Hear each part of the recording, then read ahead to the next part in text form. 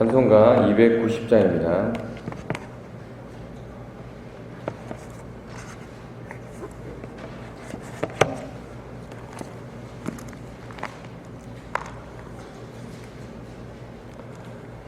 찬송가 290장입니다.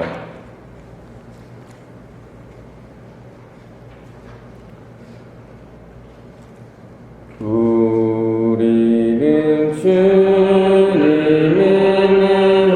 배반하나 내 주 예수 여전히 날 부르사 그 참되신 사랑을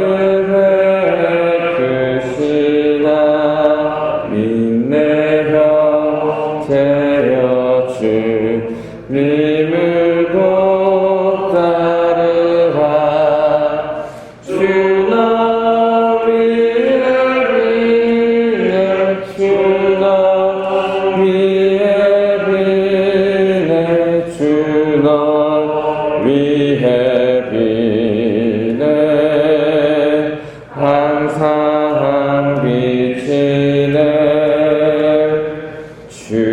주께서 풍성한 은혜를 내렸네요. 우리 나날이 복받으니 주 예수를 너희도 구주로 섬겨 곧 따르면 풍성한 복 받겠네. 주 너 위에 비네 주 너 위에 비네 주 너 위에 비네 항상 비치네. 무거운 짐 지고 애타는 인생 주 예수께 돌아와 보시어라. 내 주 예수 너희를 돌보실 때에 참 복락과 위가 넘치겠네. 주 너 위에 비네 주 너 위에 비네 주 너 위에 비네 항상 비치네. 아멘. 하나님 감사합니다. 오늘도 하나님 앞에 나와 또 하나님을 찬양하며 하나님께 엎드려 또 예배드리게 하심을 너무나 감사합니다. 언제나 우리가 어느 때든지 어떤 상황이든지 하나님께서는 우리를 기다리시고 또 언제나 우리를 위해 또 기도하시며 또 사랑해 주시는 그 사랑을 오늘도 또 느끼게 하여 주시고 또 주어진 이 하루 주신 뜻에 따라 주신 말씀에 따라 살아내는 귀한 하루 될 수 있도록 인도하여 주시옵소서. 감사합니다. 예수님 이름으로 기도드립니다. 아멘. 오늘 우리에게 주신 하나님의 말씀은 시편 78편 56절에서 72절까지 말씀입니다.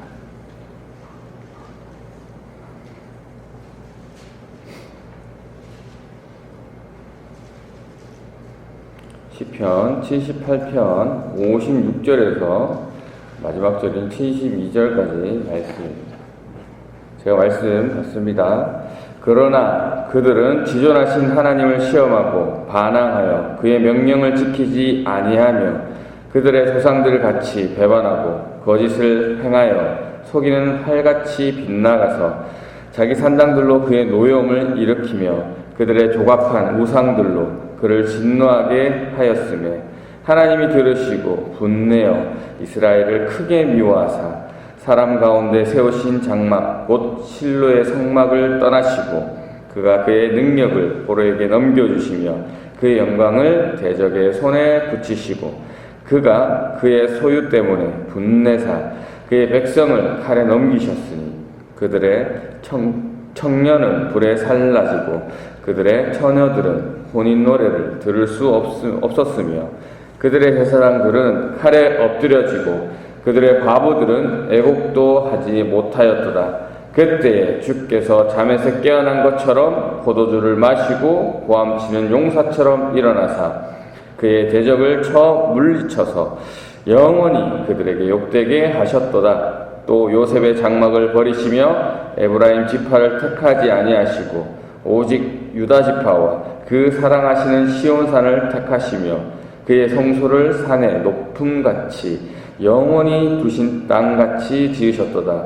또 그의 종 다윗을 택하시되 양의 우리에서 취하시며 젖 양을 지키는 중에서 그들을 이끌어내사 그의 백성인 야곱 그의 소유인 이스라엘을 기르게 하셨더니 이에 그가 그들을 자기 마음의 완전함으로 기르고 그의 손에 능숙함으로 그들을 지도하였도다. 아멘. 오늘도 이 살아계신 하나님께서 오늘 이 본문을 통해서 우리 각자에게 또는 우리 공동체에게 주시고자 하시는 메시지를 발견하고 또 깨닫는 그런 귀한 은혜 시간 되시길 바랍니다. 우리가 금요일부터 우리는 시편 78편을 보고 있습니다. 제목을 보시면 시편 78편은 아삽의 마사길이라고 되어 있습니다. 아삽이라는 인물은 이 다윗과 솔로몬 시대의 찬양 봉사자이고요. 합창단의 악장이었습니다. 이 사람은 언약궤 앞에서 이 재금이라는 악기를 켜는 자였고 시편도 총 12편이나 작시한 그러한 사람입니다. 이 아삽의 쓴 마스길이라고 되어 있습니다. 이 마스길이라는 뜻은 깨닫다, 생각하다라는 뜻으로 교훈을 이야기합니다. 그래서 아삽이라는 찬양 인도자가 시편을 통해서 교훈을 주고자 하는 것이죠. 누구에게 교훈을 주고자 합니까? 하나님의 구원을 경험하고 믿는 자들이 후손들에게 전할 사명이 있음을 이야기하면서 하나님이 주신 교훈, 즉 하나님이 이스라엘에 대해서 행하신 일과 그 능력된 일, 또 구원의 은혜를 이스라엘들이 기억하고 대대손손 하나님의 계명을 지키라고 교훈하고 있습니다. 그러나 이스라엘의 조상들은 하나님의 언약도 교훈도 지키지 않았던 모습을 이제 언급하고 대표적인 예로 이 에브라임 지파를 이야기하였고 또 이들을 보면서 반면교사로 삼으라라고 또 이야기하고요. 하나님께서는 과거 애굽에서 수많은 능력으로 이스라엘을 구원하셨는데 이스라엘은 그 하나님을 잊어버리고 오히려 하나님을 원망하고 시험하는 모습이었습니다. 이에 하나님께서는 그 죄악된 모습에 분노하시고 심판도 하지만 이내 또 그들을 위해 또 만나도 주시고 매출하기도 주셔서 이들을 살리시죠. 그러나 이스라엘은 자신의 죄를 그치지 않습니다. 그래서 하나님은 또 참으시고 또 참으시다가 또 심판을 하시는 모습입니다. 그리고 이스라엘은 하나님께 또 빌고 빕니다. 그러나 이것은 또 말뿐이죠. 마음을 돌이키지 않습니다. 그러한 모습을 보면서 하나님께서는 또 참으시고 또 참으십니다. 이어서 오늘 본문의 말씀입니다. 56절이고요. 그러나 그들은 지존하신 하나님을 시험하고 반항하여 그의 명령을 지키지 아니하며 하나님께서는 이스라엘의 이 거짓 뉘우침에 참으셨고 기다리셨지만 이스라엘은 또 하나님을 시험하고 반항하며 하나님의 명령을 지키지 아니하고 있습니다. 57절에 보니까 그들의 조상들 같이 배반하고 거짓을 행하여 속이는 할같이 빗나가서 또 58절에 보니까 자기 산당들로 그의 노여움을 일으키며 그들의 조각한 우상들로 그를 진노케 하였으며 이스라엘의 조상들이 광야에서 하나님을 배반하고 또 거짓을 행하고 우상을 섬겨 하나님을 분노케 했던 모습 그대로 지금 이스라엘이 죄를 짓고 있다라는 이야기고요. 그런 이스라엘 모습을 보신 하나님께서 어떻게 반응하고 계십니까? 인내하셨던 그 하나님께서 59절에 보니까 분노하시고 이스라엘을 미워하신다라고 표현하고 있습니다. 어느 정도 화가 나셨느냐? 60절에 보니까 실로의 성막에서 떠났을 정도로 하나님께서는 화가 나셨습니다.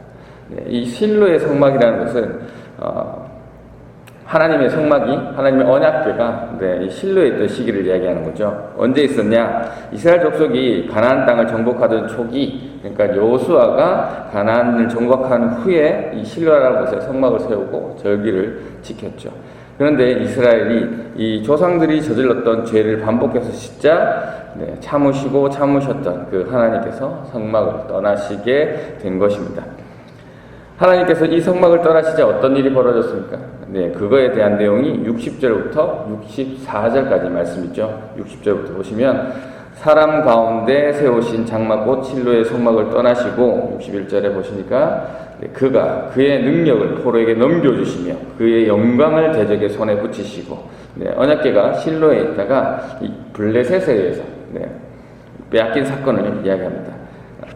그리고 62절에 보시면 그가 그의 소유 때문에 분내사 그의 백성을 칼에 넘기셨으니, 여기서 하나님의 소유는 이스라엘 백성을 이야기하고요. 앞에서 보셨듯이 이스라엘의 범죄 때문에 하나님께서는 지금 분노하시고 분내시고 성막을 떠나십니다. 그래서 칼에 넘기신다라는 건데, 칼은 블레셋이죠. 63절입니다. 그들의 청년은 불에 살라지고 그들의 처녀들은 혼인의 노래를 들을 수가 없으며. 이스라엘 청년들이 블레셋과의 전쟁을 위해서 전쟁에 참여하지만 비참하게 지죠. 그래서 이 청년들이 전쟁에 나가서 몰살을 당하니까 당연히 처녀들은 결혼을 할 수 없게 돼서 혼인의 노래를 들을 수 없는 그 얘기를 하는 거고요. 64절입니다. 그들의 제사장들은 칼에 엎드려지고 그들의 과부들은 애곡도 하지 못하였도다. 블레셋과의 전쟁 당시 이 제사장이었던 홈리와 비라스가 죽는 사건이 있었죠. 그리고 이 소식을 들은 이 아내는 이 남편의 죽음을 듣고도 슬퍼할 시간도 없이 죽었던 그 사건을 지금 이야기하고 있는 거고요. 이렇게 하나님께서는 하나님께 범죄하는 것으로 얻게 되는 심판이 얼마나 고통스러운지를 말씀해주고 있습니다. 65절 말씀입니다. 그때 주께서 잠에서 깨어난 것처럼 포도주를 마시고 고함치는 용사처럼 일어나사. 여기서 깨어나는 것과 하나님께서 깨어나신다, 하나님께서 일어나신다는 것이 포인트입니다. 실제로 하나님께서 주무시는 것은 아니지만 그렇게 표현하는 거죠. 이 잠에서 깨어난다는 것은 하나님께서 심판 가운데서 이 이스라엘을 방치해 두셨다가 움직이신다는 의미고, 포도주를 마시고 고함치는 용사처럼 일어나는 것 또한 하나님께서 이 어떤 두려움 없이 일어나셔서 강력하게 움직이신다는 그런 뜻입니다. 계속 그렇지만 하나님께서는 이 죄에 대해서는 반드시 분노하시고 심판도 하시는 모습이고, 또 반드시 오늘 이 구절처럼 다시 회복도 시켜주시는 그러한 하나님이십니다. 하나님께서는 잠에서 깨어나시고 포도주를 먹은 용사처럼 일어나셔서 하시는 일이 무엇입니까? 66절입니다. 그의 대적들을 쳐 물리쳐서 영원히 그들에게 욕되게 하셨도다. 이스라엘을 심판하시기 위해서 사용했던 그 도구들을 물리치시는 모습입니다. 하나님의 은혜와 하나님의 사랑을 알 수가 있죠. 이 이스라엘이 뭐라고 그렇게 하나님을 범죄하고 또 죄짓기 좋아하는 이 거짓으로 회개하는 이들이 뭐라고 하나님께서는 또 이들을 불쌍히 여기시고 또 참아주시고 또 이렇게 사랑해 주시는 그런 정말 하나님의 크신 그러한 사랑의 모습을 볼 수 있습니다. 67절입니다. 또 요셉의 장막을 버리시며 에브라임 지파를 택하지 아니하시고, 이 역대상에 보면 이 야곱의 12아들 중에서 장자인 루벤이 이 죄를 지어서 이 장자의 지위를 박탈당하죠. 그래서 루벤을 대신해서 요셉이 이 장자의 명분을 얻습니다. 이 요셉의 아들들 중에 에브라임 지파가 이 이스라엘 지파 중에 또 가장 힘 있는 지파로 활동해왔습니다. 가나안 정복 당시에도 이 하나님의 언약궤가 에브라임 지파에 있었죠. 그 에브라임 지파 내에 있는 아까 말씀드렸던 실로에 있습니다. 실로에 안치해둔 것이 가장 힘 있는 그러한 지파였기 때문이죠. 그런데 이 에브라임이 하나님 앞에 범죄합니다. 그래서 하나님은 이들을 택하지 아니하시고 라는 말씀이고요. 그래서 누구를 택하십니까? 68절에 보니까 오직 유다 지파와 그 사랑하시는 시온산을 택하시며, 하나님 앞에서 범죄하지 않는 것이 이렇게 중요한 것임을 말씀하고 있고요. 그리고 이 유다 지파에서 또 누가 나오냐면 다윗이 나오고, 또 다윗의 혈통에서 그리스도가 나오죠. 그리고 여기서 이제 하나님께서 시온산을 택하신다라고 하셨는데, 조금 다르지만 이 시온산에 대해서 말씀을 드리면, 이 시온산은 원래 예루살렘 남동쪽에 있는 이 조그만 구릉지대를 이야기하는 것이었습니다. 그런데 이곳을 다윗이 점령하였고, 이 다윗은 거기를 다윗성이라고 부릅니다. 그리고 하나님의 언약궤가 이곳에 오게 되고, 이로 인해서 이스라엘의 중요한 의미를 가진 그러한 장소가 됐죠. 이 조그만한 구릉의 의미가 이제 계속 부르다 점점 그 의미가 커져서 이제 예루살렘에 하나님의 성전이 건축되어진 곳이라는 의미로 확장되었고, 나중에는 예루살렘 전체를 대표하는 말로 시온이라고 이렇게 사용되었습니다. 그리고 영적인 의미로서의 시온은 하나님께서 자신의 백성 이스라엘을 다스리는 주권자로서, 통치자로서 임재하시는 거룩한 처소라는 의미에서 시온이라고 하고 있습니다. 그래서 69절에 보니까요, 그의 성소를 산 높음 같이 영원히 두신 땅 같이 지으셨도다. 실로에서는 이스라엘의 범죄로 인해서 그 언약궤가 사라졌지만, 시온에서는 하나님의 나라가 영원히 존재하게 될 것임을 말씀하고 있습니다. 이어서 70절, 72절인데요. 또 그의 종 다윗을 택하시되 양의 우리에서 취하시며 젖 양을 지키는 중에서 그들을 이끌어내사 그의 백성인 야곱 그의 소유인 이스라엘을 기르게 하셨더니, 이에 그가 그들을 자기 마음의 완전함으로 기르고 그의 손의 능숙함으로 그들을 지도하였도다. 다윗이 양치는 목동으로 있을 때 하나님께서 다윗을 선택하신 것을 말씀하고 있는데요.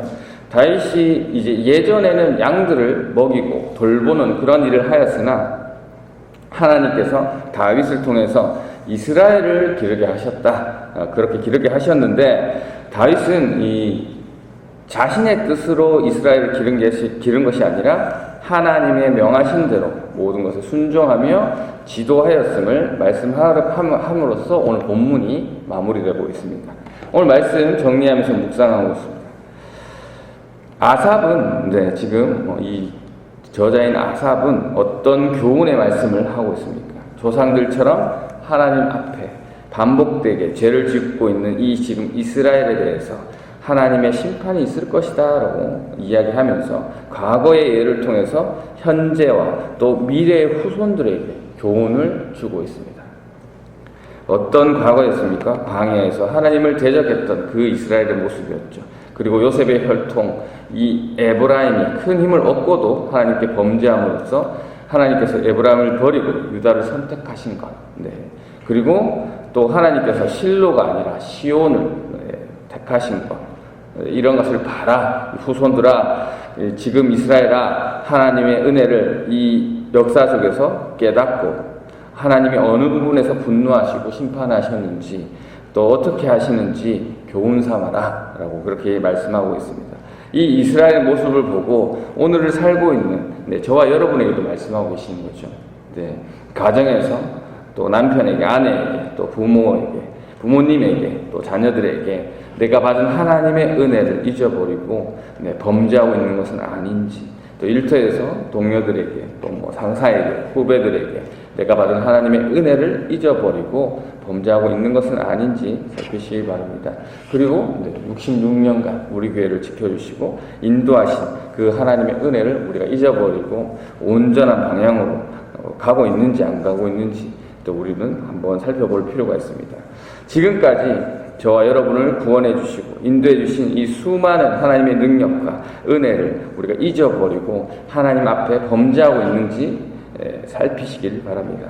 이 시간에도 하나님께서는 저와 여러분을 보시고 또 끝까지 참고 계신다는 것을 우리가 잊으면 안 될 겁니다.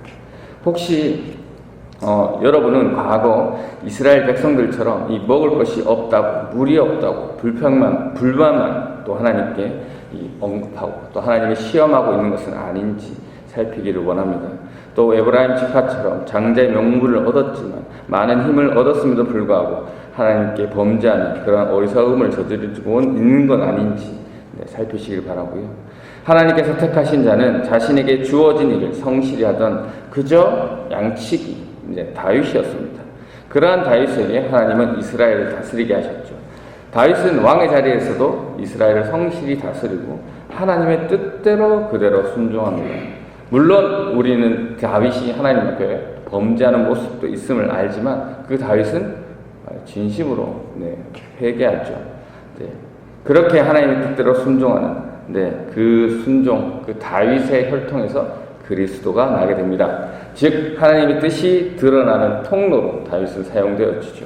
마찬가지로 바라옵기는 우리 이 자리에 계신 우리 성도들, 그리고 이 설교를 유튜브를 통해서 들으시는 우리 성도님들이 이 다윗과 같은 순종과 혹 하나님 앞에 죄를 범하였을 때 이 진실한 회개의 모습으로 하나님의 뜻이 드러나는 통로로 여러분과 여러분의 후손들이 쓰임받는 복된 통로가 되시기를 주님의 이름으로 축원합니다.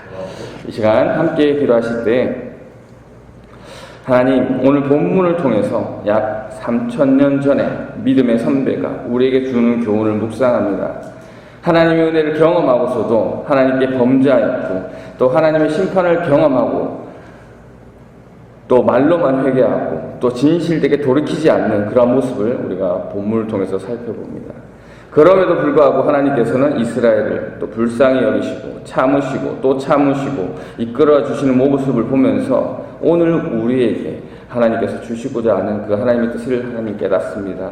반복되는 죄 짓는 이스라엘의 모습을 내 모습은 아닌지 주님 살펴보게 하시고 바라옵기는 다윗처럼 하나님께서 맡겨주신 영혼들을 하나님의 뜻대로 또 그렇게 먹이고 또 치게 하시고 혹은 하나님 앞에서 범죄하였을 때 즉각적으로 그리고 진실되게 회개하게 해 주셔서 하나님 뜻이 유다와 그의 후손 다윗과 또 다윗의 혈통을 통해 예수 그리스도가 나오게 하신 것처럼 우리도 그러한 다윗의 순종에 의해서 하나님의 뜻이 나를 통해서 나의 자손들을 통해서 이루어지는 그 통로로 사용할 수 있게 해달라고 그런 복받는 인생이 되게 해달라고 기도하시고 또 우리가 대선을 앞두고 있잖아요. 이 나라와 민족을 위해서 기도해 주시고 또 아프신 환우들을 위해서 또 중보해 주시고 기도하시고 자유롭게 돌아가도록 하겠습니다. 기도하겠습니다.